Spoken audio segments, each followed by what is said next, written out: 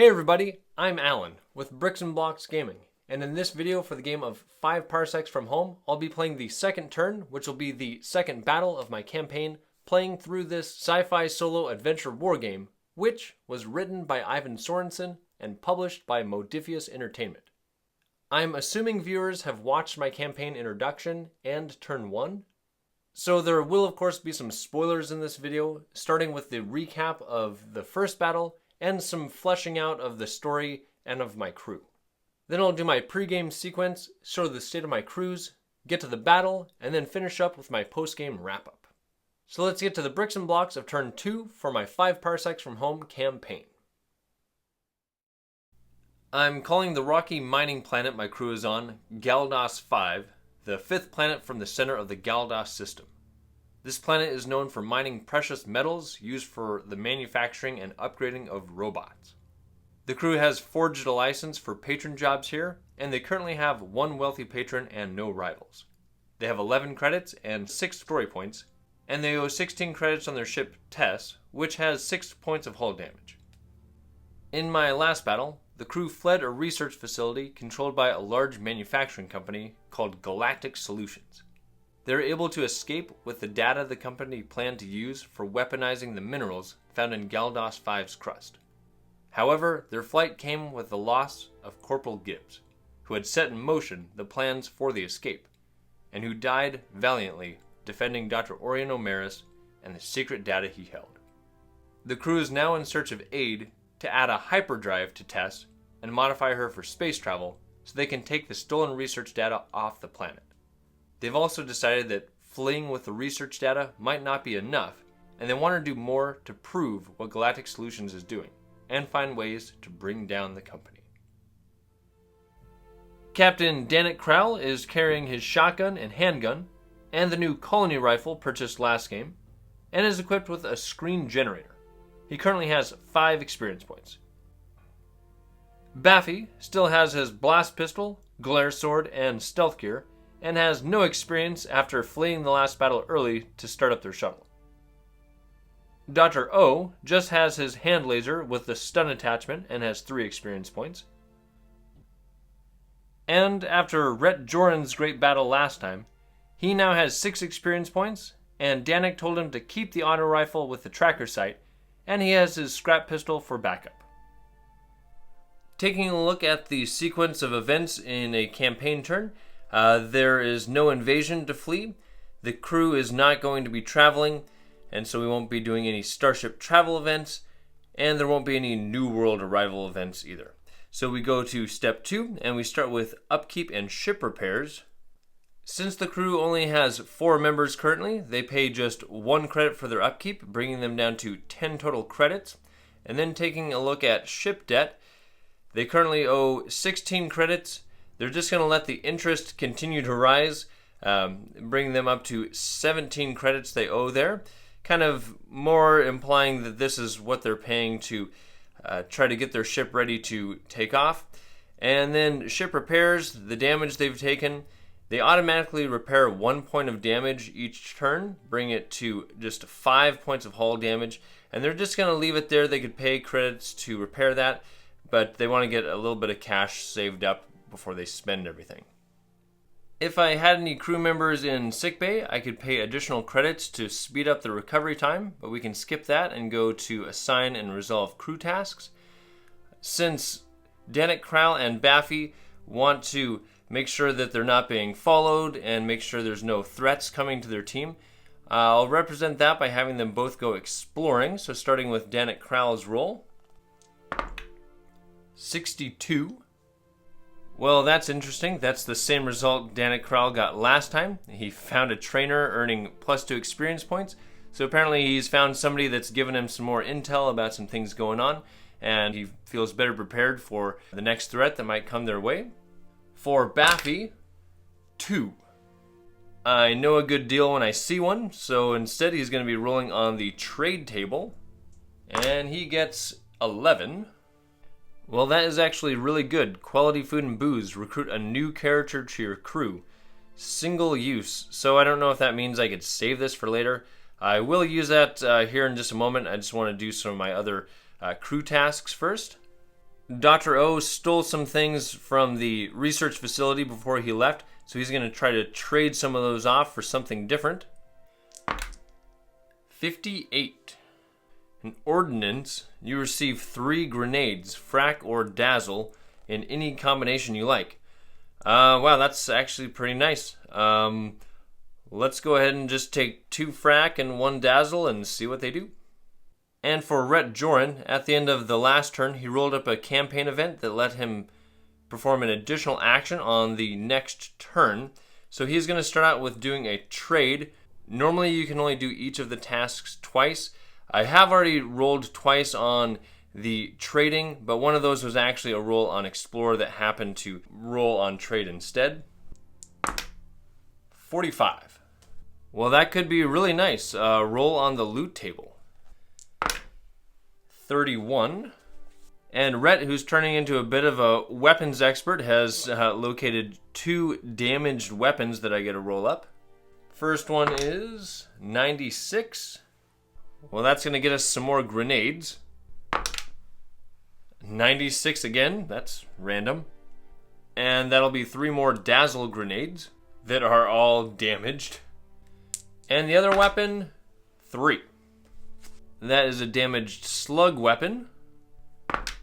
47. Okay, a damaged military rifle.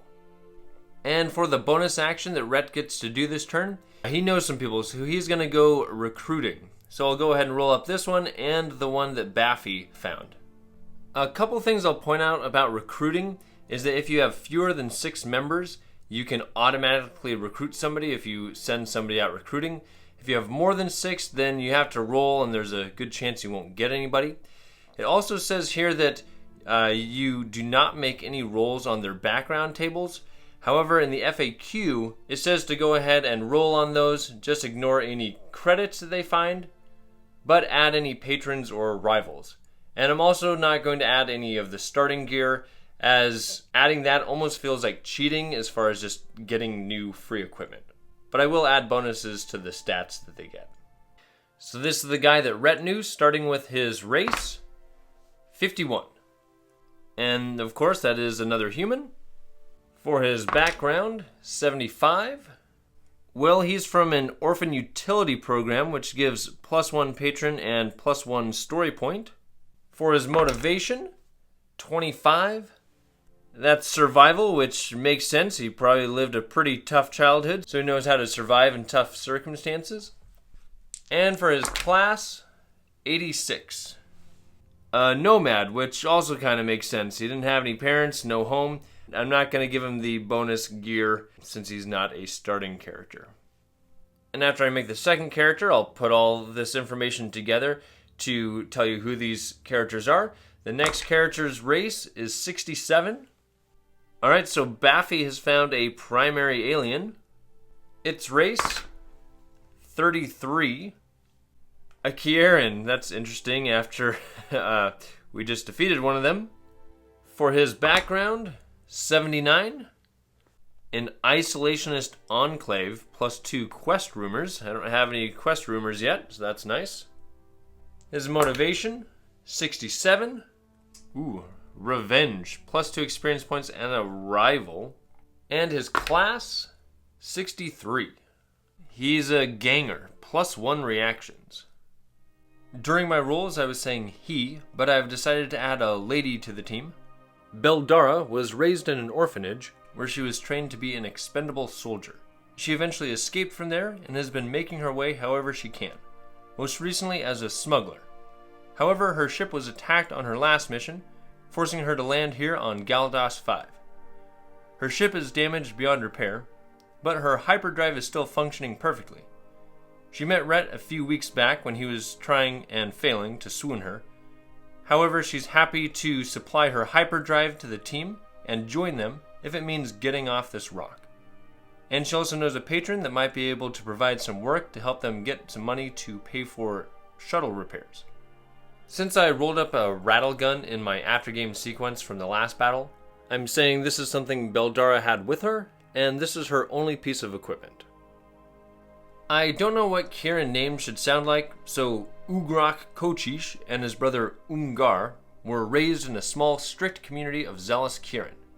When they were almost grown, a starship made an emergency landing at their conclave, and the community captured the crew and planned to kill them as intruders. Ugrok and his brother managed to free most of the crew and help them escape.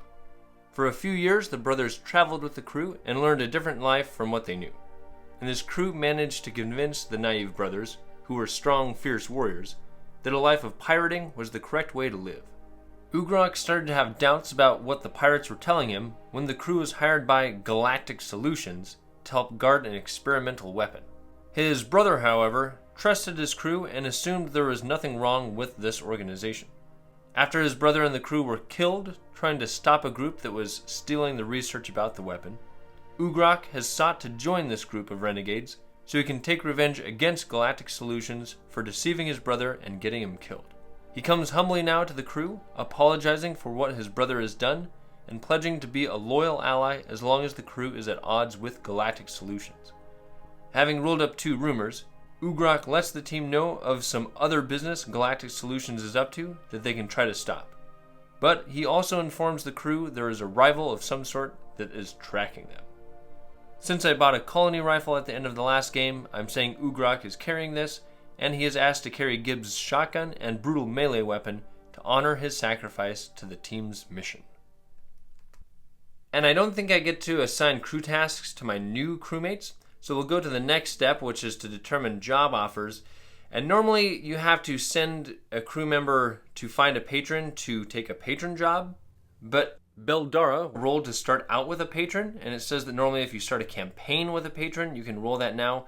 These rules are written assuming that you have not rolled up any backgrounds for new recruits, but since I'm using the FAQ to allow myself to do this, I'm just going to go ahead and say that they get to figure out who this patron is and potentially take a job from them immediately. So we'll roll on the patron table. A 7. We have another wealthy individual as a patron. Now for danger pay, 8. I will gain +2 credits for taking this mission. Determining how many turns this job is available for, a 10. So that is any time, however I'll probably end up taking it this turn. Next we'll figure out benefits, hazards, and conditions. I'll roll all 3 of these at the same time. For benefits, a 2. Hazards, a 10.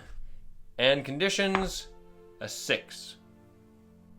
So taking a look at wealthy individuals here, that means I do end up with a hazard but no benefit or conditions. Now to see what the hazard is, on a D10, 5. That is a VIP, so a random enemy is going to gain +1 toughness and have a final combat skill of +2 regardless of its current value. For assigning equipment, I'll keep everything where it was last battle, including having Rhett hang on to the auto rifle as he kind of tore things up with that last battle. And then I've got one more colony rifle to assign, so I will give that to Danik Kral to give him some extra range. And I found some grenades during my crew tasks, so I'll give one of the frag grenades I found to Baffy, the dazzle grenade to Dr. O, and I'll store my other frag grenade in my stash. And then we'll go to the next step, which is to resolve rumors. Ugrok came along with 2 quest rumors, and the way those work is that if you're not currently on a quest, they count as just rumors. And what we do here at this step is I roll a d6, and if the value is equal to or below the number of rumors I have, then I delete my rumors and I am now on a quest, which is kind of like going on a journey to complete a special mission. So I want to roll a 1 or a 2, and I got a 2, so that means I get to start a quest. So in the next step of choosing my battle, I have the option to choose to do a quest mission, which I'll get to in a little bit if I don't end up having to fight my new rivals first. So with this step, I'm going to roll a d6, and if that result is equal to or lower than the number of rivals that I have, one of them has tracked me down. I currently have 1 rival, so hoping for more than 1, and I get a 2. So I have evaded the rivals. So I'm free now to choose which battle I want to do. I could carry out that patron mission that I rolled up, but it has a time of any, so I can do that at any time. So instead, I'm going to go ahead and start out my quest. Quests in this game are kind of generic to allow the players to come up with the story behind the quest on their own. So even though the crew stole all the research data to turn into authorities, they don't have a good way to link the data to galactic solutions. However, Ugarak's time with the pirates has given him some inside knowledge about how the team can prove that Galactic Solutions was planning to weaponize the data that was collected. And exactly how they'll do that will play out as the crew completes the quest missions. So now I need to determine exactly what kind of battle I'll be facing, starting with determining deployment conditions. On a D100, 78. So looking in the column for quests, a 78 is a bitter struggle. So the enemy morale is going to be +1, so these enemies will be less likely to run away. And since this is not an invasion battle, I get to roll up a notable sight. 4. And even on a quest, that is nothing special. Next, we're going to go to determine the objective. Rolling on the quest mission objectives. A 5. So a 5 here is a defend.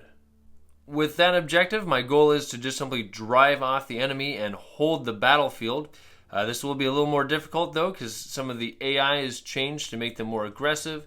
And there's going to be one more enemy that will be showing up with this group of adversaries. And now to roll to see what these enemies are. 48.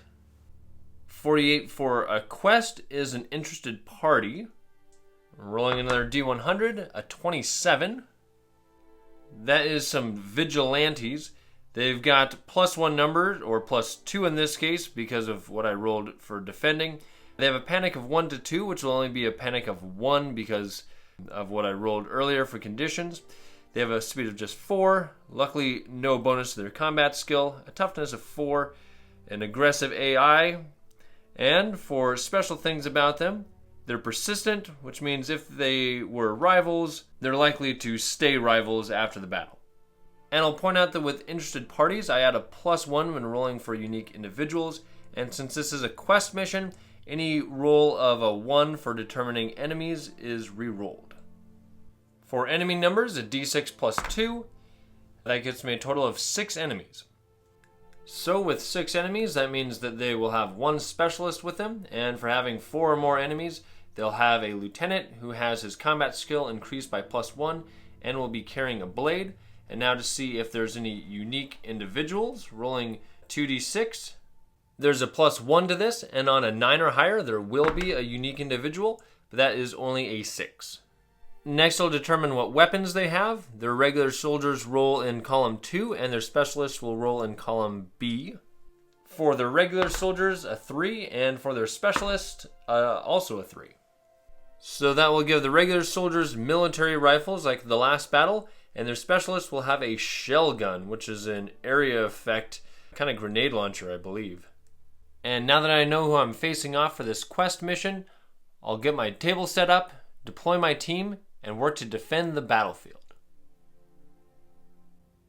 This battle takes place at a storage and communication station controlled by Galactic Solutions.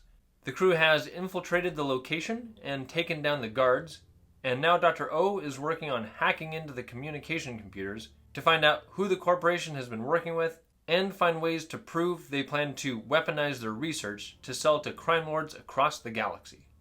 They've landed Tess, their ship, nearby, while the rest of their team has spread out to watch for more hostiles. Unfortunately, the crew is now wanted, and a local group of vigilantes have followed them here. The objective to this mission is to defend, meaning I need to hold the battlefield and take out all the vigilantes to allow Dr. O time to do his hacking. This area where the doctor, the ship, and all the space behind these walls is just there for interest and is considered off the table, leaving me with a 30-inch by 30-inch section for the actual battle. Since enemies are placed first in this game, up here in the front left corner, we've got 2 soldiers with military rifles, their specialist with a shell gun, their lieutenant, and then a couple more riflemen. They're all placed about an inch apart because they have the aggressive AI, And with that, their strategy is to essentially just charge the board at my figures, trying to get into a brawl if possible.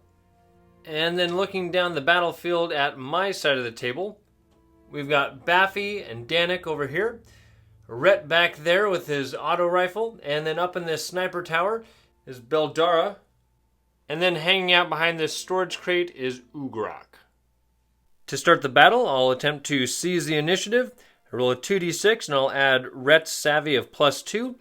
I also get a +1 because I'm outnumbered, and I get a +1 for my scanner bot. And I need a 10 with a +4, and I easily get that with a 14. Seizing the initiative allows each of my characters to do either a movement or a shooting action. So we'll start out with some movements.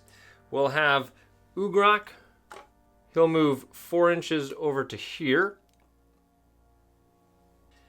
And then Danik and Baffy will both move this direction. Baffy can move 5 inches, which will get him here. And Danik will move 4 inches over to here. Rhett will choose to just stand there. He's got some pretty good range there with his auto rifle. And then for Beldara up here in this sniper tower, she's going to take a single shot over here. And her range of 24 inches is just enough to hit this front rifleman. Shots taken during Seize the Initiative only hit on a natural 6.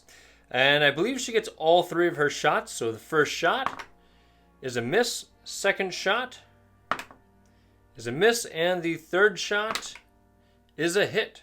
They have a toughness of 4. And it rolls a 3, so it succeeds. So a blast of machine gun fire comes down and hits him. And he is stunned and pushed back 1 inch. And to start the actual first round, I'll make my reaction rolls. I need 1s and 2s. I can give 1s to any of my crew members and 2s to either Danik or to Ugrak because of their reaction stats. For the quick phase, with my 1, I'll activate Beldara, and then with my 2, I'll activate Danik Kral, and he will go ahead and just move and dash, kind of climbing over these rocks to right here. My goal is to try to draw these guys out to the middle, and then I can hopefully kind of ambush them. And then for Beldara, I'm going to have her just run 6 inches down from here. Being up in the sniper tower is a nice place to be, but she's going to take a bunch of hits at her, so she'll run down for now. And then we'll move over to the front side of the board to see what the enemies are going to do. And starting with these two, they will both dash 6 inches this way. This stunned rifleman can move up 4 inches. Just do a regular move, and then he will get rid of his stun marker. This rifleman, he will run 6 inches right over to here. Their specialist is going to run 6 inches this way. And then their lieutenant, I'm going to give him a little bit of brains. He's going to actually run up these stairs. 6 inches will get him pretty much right to here, so he's in a good spot to shoot at my guys. And then moving to the slow phase, I'm going to start out with having Ugrak just stand where he is, and I will have Baffy just run up a couple inches next to Danik Kral. My goal is to have the enemy come to me, so they'll just get ready for next turn. However, Rhett Jorn over here can actually see this lieutenant who's moved up, and he's going to go ahead and fire. He's got 2 shots. The first one, this is in cover, so he needs a 6. That's a miss. Oh, and he is aiming, so he can re-roll any 1s. Second shot is a hit. He has a toughness of 4, and he rolls a 4. So that actually ends up being a bad move for the lieutenant to run up there, and they are now down 1 member. Now for end of the round morale check. I'm rolling 1 die, and this is a bitter struggle, which means they get +1 morale, so they have to roll a 1 to run away. And they're all staying. I really thought having that lieutenant run up there would be a good way for them to get some covering fire, but plans can easily backfire in this game. So now we move on to round 2. Reactions for my crew. Alright, we have 2 1s and a 2. I'll go ahead and assign my 1s to Beldara and to Rhett. And my 2 I'm going to assign to Ugrak over here. And I'm going to have them all do what's called snap fire, where basically they'll stand their ground and watch for enemies to come by. And if any enemies come into their view, they can take an immediate shot at them. And if they do that, they end up forfeiting their move action, which is fine. And if they don't find an opportunity to use their snap fire, they can act normally in the slow action phase instead. So Rhett is going to see if he can continue to add to his kill count, and we'll see if anybody else can take down some enemies as well. And now we move over to the enemy phase, and we'll start over here at this corner, where these 2 riflemen will both just dash up here into cover. They'll come around this corner to right there. Then this rifleman will dash right up here, staying totally hidden. And their specialist could run all the way up to the top of this, but after seeing his lieutenant get taken down easily, he's just going to run part way up this. So he stays in cover, but he is in a good position to make some attacks next round. And then lastly, this rifleman is going to run 4 inches up here into some cover. And from right there, he is in range to shoot Rhett. However, Rhett is doing snap fire, so Rhett gets to fire first, taking 2 shots. First shot, this is in cover, so he needs a 6. He hits. Toughness of 4. He defends that, but takes a stun. I'll go ahead and roll up the second shot, needing a 6. He is aiming. I don't know if you can aim in snapfire. I'll just say he can't, so that misses. So he is pushed back 1 inch and is stunned. And figures stunned from snapfire actions cannot make shooting attacks. So that ends his turn. Moving to my slow phase, since Beldara didn't do anything with the snapfire, she's eligible to move. So she's going to run 6 inches over here, kind of poking her head out a little bit so she can potentially do a snapfire next round. And then Baffy is going to choose to do nothing. He's going to still hold his ground to try to let the enemies get closer. For Danik Kral, he is going to just pop his head out a little bit over here and fire at that stunned rifleman. The target's in the open, so he needs a 5+, and he has a +1 to this. And that is a hit. Toughness of 4. And that takes down that rifleman. So the colony rifle fires down here and hits its mark. And that stunned rifleman is now dead. And to finish off the slow phase, Ugrak is going to run right over here behind this rock and fire his colony rifle wide open at that rifleman. Needing a 5+, he gets that against a toughness of 4. And they take down another rifleman. These vigilantes are not doing so well so far. And now for morale rolls. Since I took down 2 enemies, I get to roll 2 dice, and if either of these are a 1, then an enemy will flee. Nothing from that one, and nothing from that one. So they all stay. And since this is turn number 2, I now get to do a battle event. 56. And that is an environmental hazard. So I randomly select a terrain feature, and any figure in it, on it, or within an inch can potentially take a hit and possibly die here. So what I'll say here is that with all the gunfire, we've got these 4 storage units out here, and we've got this area back here where Rhett is. I'm going to just call this 1, 2, 3, 4, 5, and then 6 will be this building here. And that's location 4. So a 4 is this storage compartment here, and Beldara is right up next to that, so she is going to have to try to defend against this explosion. She needs to roll a 5+ on a savvy roll. She has +0 savvy, so she needs a 5 or higher on this. She fails, which means she takes a damage +1 hit. She has a toughness of 4, and that is more than her toughness, so she goes down. So Beldara comes running up here, and suddenly there's a loud explosion. And when the smoke clears, the crew sees Beldara laying on the ground. And with the exception of what happened there at the end of Beldara, this was a pretty successful round. The team now has just 3 enemies left to deal with.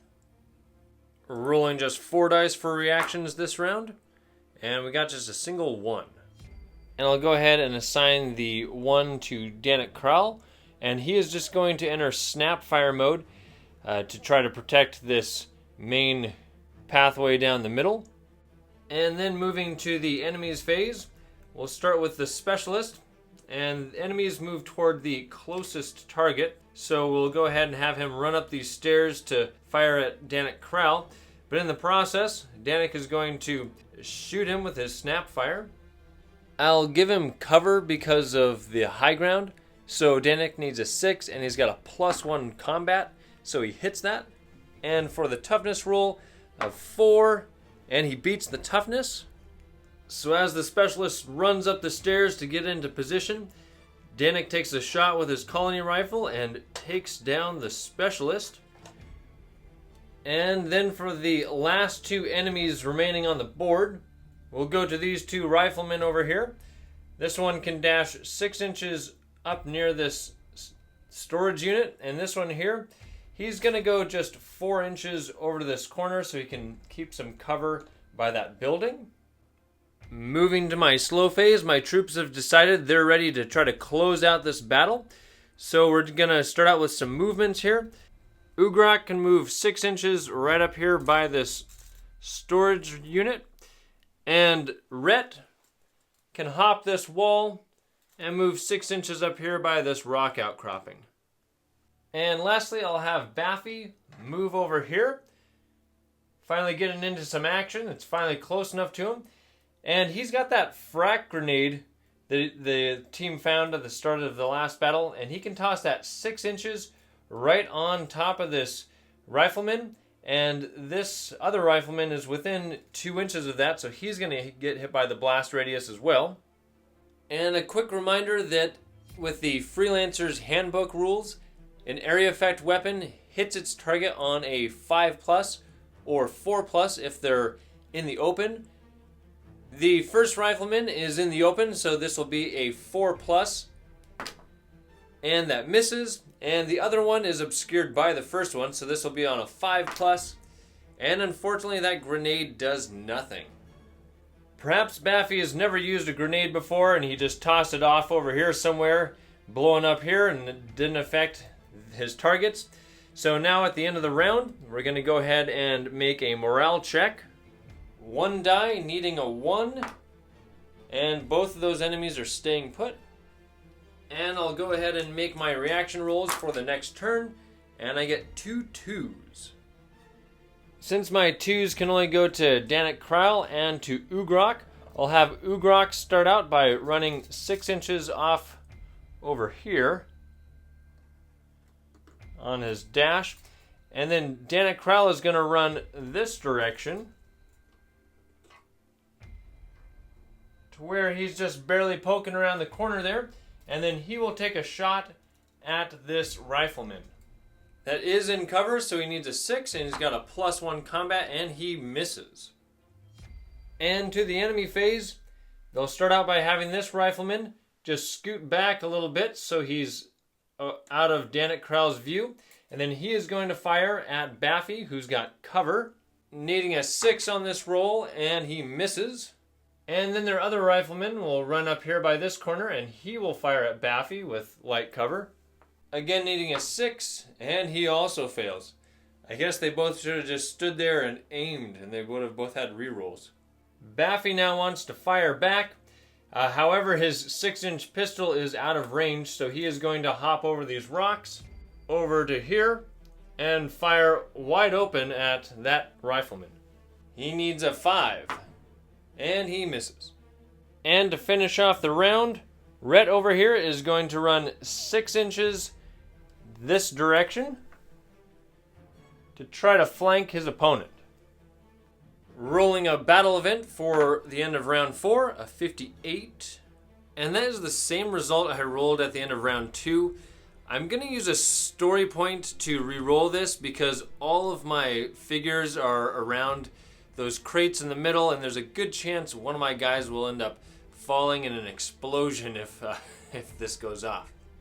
The reroll gets us in 18.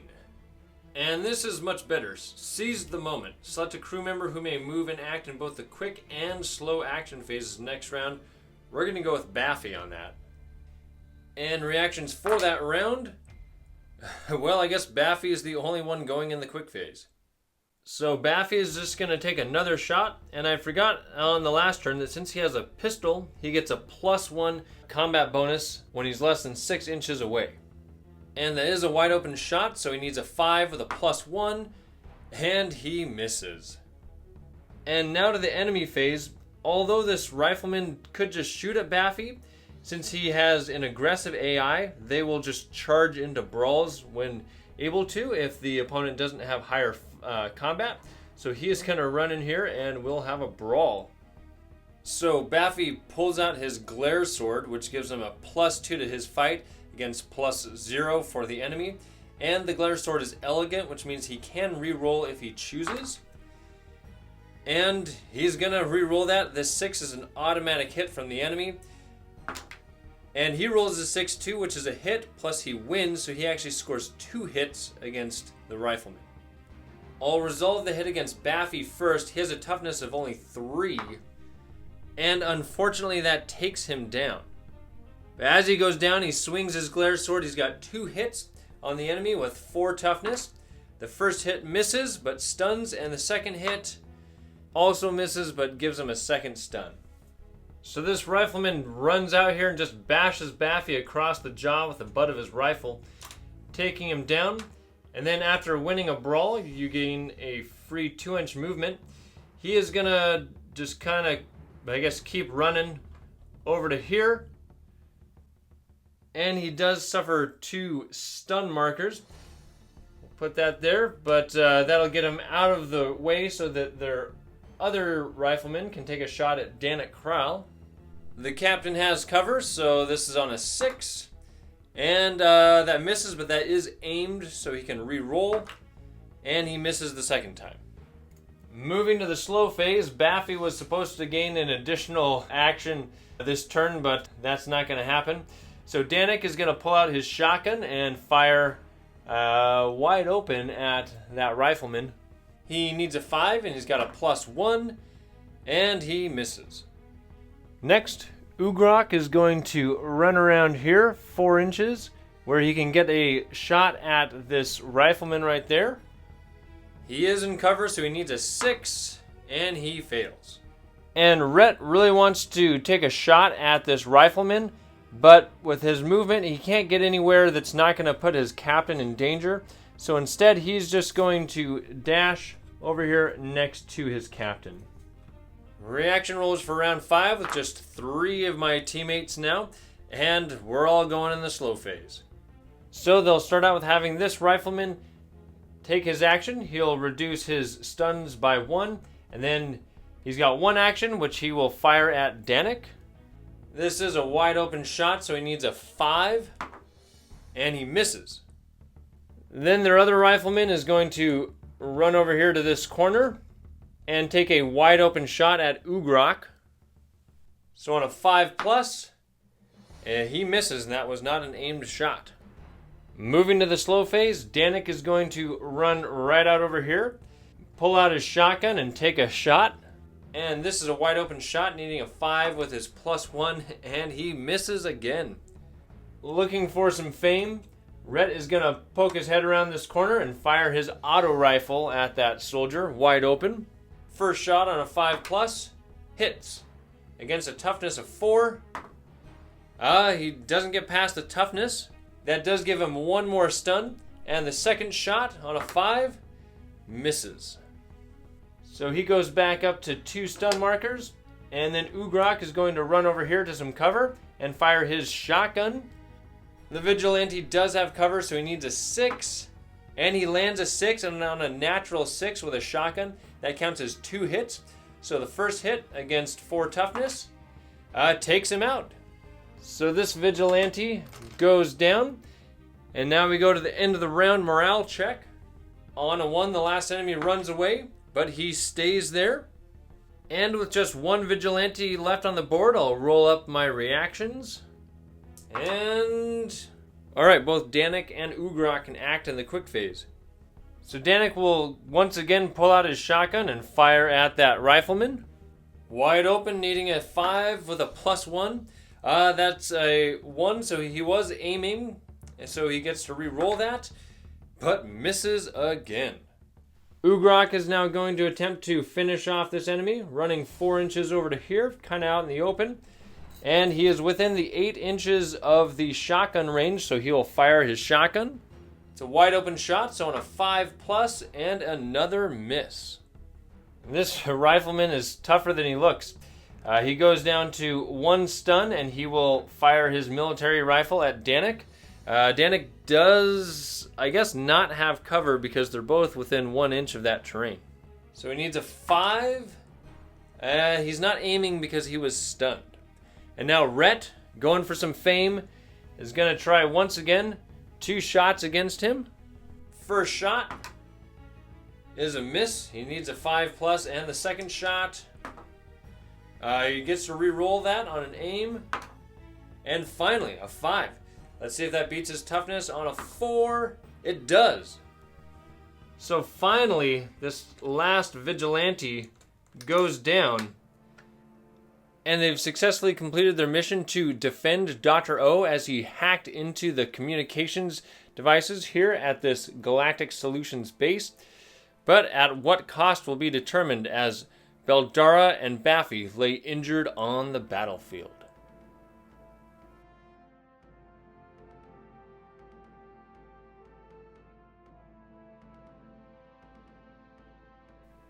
Going to the post-battle activities, we start with resolving rival status. These enemies currently are not rivals, so I roll a d6, and on a 1 they become rivals. And they are not. There's nothing to resolve with patron status because this was not a patron mission. But since this was a quest mission, I now get to find out if I've made any progress on my quest. I roll a d6 and add +1 for each rumor I've accumulated. I don't have any currently because I had to get rid of those when I started my quest. So I just roll a d6 with a result of 5. And on a modified 4, 5, or 6, I gain a quest rumor. I need to get a modified roll of 7 or higher to head to the conclusion of my quest. So I might be able to do that now that I have a rumor. And then if my roll was a 4 or higher, I roll a d6, and on a 5 or 6, I have to travel to a new planet for the next mission battle. And it looks like I can stay here if I want. Now to find out how much I get paid, a d6, and any rolls of a 1 or 2 count as a 3 since I completed my objective. We've earned 2, which is bumped up to 3 credits. And since I held the field, I get to roll on the battlefield finds table. 7. And that is a weapon that I've found off one of the fallen enemies. I randomly select which slain enemy I gain that from. I encountered 6 enemies, so 5 will be the lieutenant and 6 will be the specialist with the shell gun. And a 2. So the regular soldiers were carrying military rifles, which is great because I need some extended ranged weapons. The vigilantes I just fought are not a threat of invasion, so we go to the gather loot step. Rolling a d100, 85. And that is a reward, hopefully something better than the last time I rolled up a reward. Another d100, 53. Alright, so as they pulled that military rifle off of that vigilante, they found some valuable materials on his body. 1d6 plus 2 bonus credits. And they find 5 credits, which will be really helpful. And now is where it gets serious. We're going to check the fate of Baffy and Beldara after falling in combat. Had they fallen from 3 stuns, they wouldn't have to roll on this, but we'll see how they do here. Rolling first for Baffy, 79.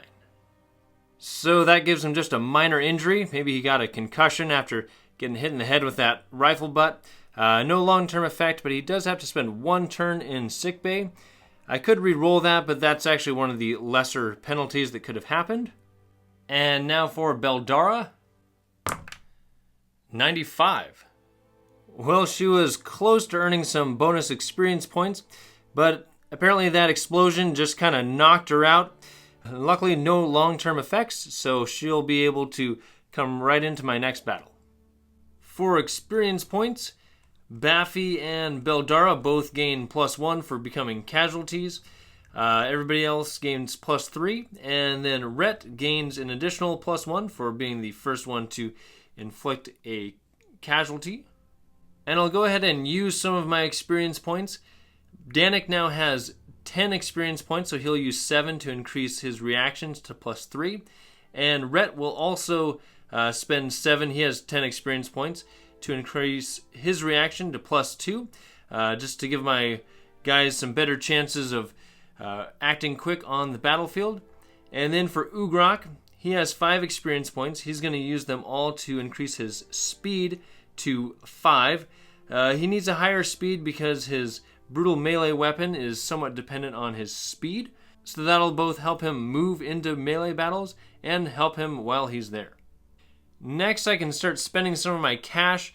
I could do some advanced training, but I'm going to hold off on that for now. And then I can purchase items. I finally have a fair number of ranged weapons, so I'm going to hold off on purchasing anything right now to maybe try to pay down some of my debt. I can sell some things.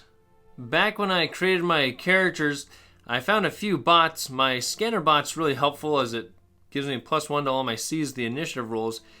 I have a snooper bot, though, that's only beneficial against enemies that affect my Seize the Initiative roll. So I'm just going to go ahead and sell this snooper bot for 1 credit. Next, I get to roll up a campaign event. 44. An alien merchant offers you some strange device. If you want to buy it, pay 4 credits and then roll on the loot table. Sure, let's go ahead and do that. See what we get. 48. And that's some gear. Roll once on the gear subtable. 16. That's a gun mod. 59. Okay, some cyber configurable nano sludge. So that is actually really nice. The weapon I hooked this to gains a permanent +1 bonus to all of its hits. Now with gun sights, it does explain when they're attached. They can be attached before battles when equipment is assigned. It doesn't say when gun mods are attached. I'm just going to probably do that at the same time though. Mods are permanent. They can't be removed, whereas gun sights can be switched from one weapon to another. Next, I'll roll up a character event, first figuring out which character it is. 1 through 6, we've got Danik, Dr. O, Baffy, Rhett, Ugrok, and then Beldara. And that is Baffy. And even though he's in sickbay, he is still eligible for a character event. 22. So most of the results on the character events are positive for the team, but this one causes Baffy to get into a scrap with another member. And I have a occurrence that's automatically Ugrok, and one of them is going to end up in sickbay. Baffy's already there, but he could end up with another turn, so I'm going to use a story point to reroll this. The new result is 86. So this result would allow me to fix 2 points of hull damage on my ship, which would be really beneficial since it's damaged. However, I could also instead repair 1 damaged item in my inventory. I do have a damaged military rifle that I received previously, so I guess while Baffy's been sitting in sickbay, he's taken a look at that rifle and has gotten that fixed. So they've got 1 additional military rifle to assign to a teammate this next turn. And since there's no galactic war going on, I've now finished my post-battle activities. So not a bad turn overall for my crew. They've added 2 new members. They ended the battle with just 1 of their crew in sickbay. They've acquired some new weapons, upgraded some stats, and increased their credit count. However, I did have to spend 2 of my story points to get them these results. And with this turn coming to an end, I feel like my crew is starting to get fleshed out.